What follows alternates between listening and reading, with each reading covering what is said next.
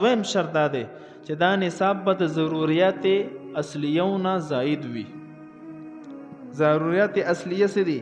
تا سره چې خپل کور دی، ته پکې اوسېږي، د لکونو د کروڑونو روپو کور دی، خو ته پکې اوسېږي، زکات پکې نشته، دا ضرورت لاندې دی. ستا د استعمال کپړې دي قیمتي خو استعمال کې دي، زکات پې نشته. ستا سره سواری ده، بهترین ښکلې ګاډی دی، قیمتي ګاډی دی، خو ستا په استعمال کې دی. 2 دي 3 دي 4 ګاډي دي، خو ستا په استعمال کې دي، دې باندې زکات نشته. یو ګاډی داسې دی چې ستا په استعمال کې دی، او بل ګاډی داسې دی چې کال کې مو ته ضرورت نه راپېښېږي او مستقل ولاړ دی، نو دا اوس د استعمال نه زائد دی، دکه به اوس نصاب ته اچي. او چې د ضرورت تحت سم راتلل، دې کې به بیا زکات نه وي.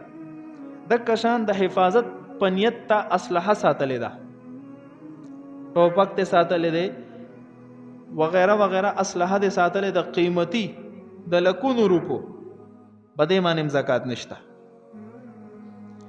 قیمتي لوښي دي کور کې، سونا چاندي نه علاوه قیمتي د آرایش لوښي دي، د زینت لوښي دي، نو دا سیزونه خو چې کله په کال کې نه استعمالیږي، نو د قربانۍ نصاب کې خو به ورچې، خو د زکات نصاب کې به نه ورچې.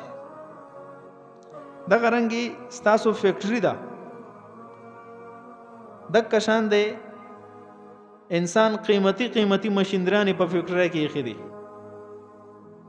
نو به د مشیندرانو اگر کو د دې د لکونو کروڑونو روپو ته د دې ریټ رسی او قیمت رسی، په مشیندري باندې زکات نشته.